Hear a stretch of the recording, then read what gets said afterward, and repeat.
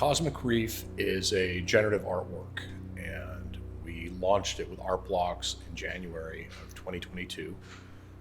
And it's a series of 1,024 unique iterations. We created a set of code, and every time you run that code, it's randomized and creates a unique iteration. We started out with very simple geometry, so spheres, toruses, and started manipulating it and altering it with different physical parameters. And I started to see things that reminded me of things you would see in the cosmos, but also things you would see underwater. And I thought it was a unique hybrid. Cosmic Reef comes from it's the name of an image that the Hubble Space Telescope sent back. So it seemed like the perfect hybrid that inspired us as to a title for the project, and created a really nice kind of context that positions it somewhere in the natural world, but you're not quite sure where, or how big it is, or how small it might be. I was very interested in NFTs and as purely digital artworks and a way of distributing these things, which was fascinating. But I didn't quite understand where I would fit into that whole world until I stumbled across art blocks and the idea of generative art. So I wasn't really interested in creating like a single image or a short little video. The idea of live code was very interesting to me and really relevant because I've been working with code for over 20 years. All my work is based on code, but then connected to light. So the hybrid of those things. So in the case of Cosmic Reef, it exists purely as code.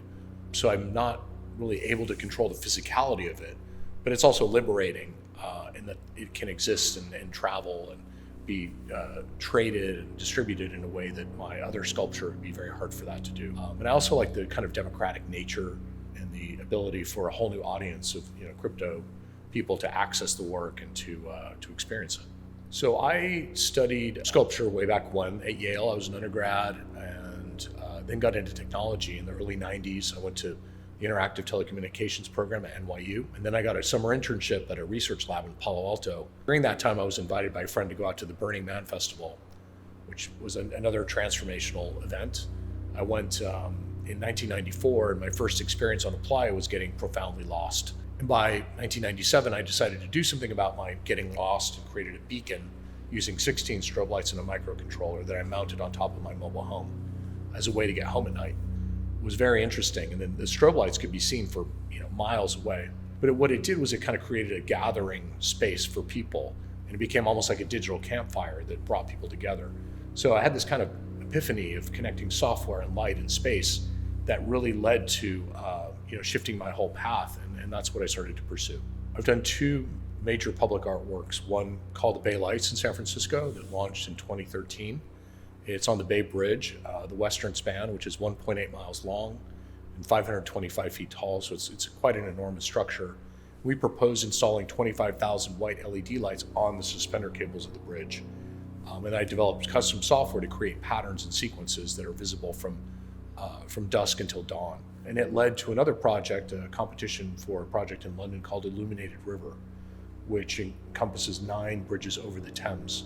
It's quite exciting to be working in the center of a thousands of year old city with some really iconic bridges.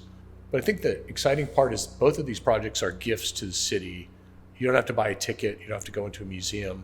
Anyone can look at it and have a response, and literally billions of people have access to these artworks. What's interesting to me is that I see a real parallel between what I've been doing in public art and what's happening in the NFT space, and that our code is uploaded to the blockchain and is accessible by anyone. And anybody can see the iterations at full resolution. And if you can kind of get over the idea of ownership, it's basically everybody owns everything and has access to everything, which is not the way it normally works in the art world. So when it came to creating Cosmic Reef, it was really a long learning process. I wasn't quite sure what tools I'd be able to use. We had been using things like Touch Designer in the studio to create light sculpture. And it turns out that to create something on art blocks, it needed to be in P5 processing or 3JS, so another tool for being able to manipulate 3D objects. And I wasn't quite sure what the capabilities of those tools were. So we did some experiments with some creative coders, and I was really pleasantly surprised by the power of what you could do in a browser. And I think, we created a whole system of for me to kind of use these tools to create things that I like and then saving those moments. So when I saw something I liked, I'd say, save this as a preset, we call it. And then to create a randomized set of these things, we would then randomize the presets and say, okay, show us 3 or 4 of these things randomized together. And out of that process came Cosmic Reef. Yeah, it's really exciting to be able to show my work in Marfa. It's a place that, my family's been in Marfa since 1880. I grew up in Juarez and El Paso, right on the border. It's exciting for me to have a family place become really an art place, and not just an art place, but now a crypto place that is also about code and generative art. So all of my interest seems to be crystallizing around Marfa, and it's just wonderful to be able to do the exhibition here with Art Blocks.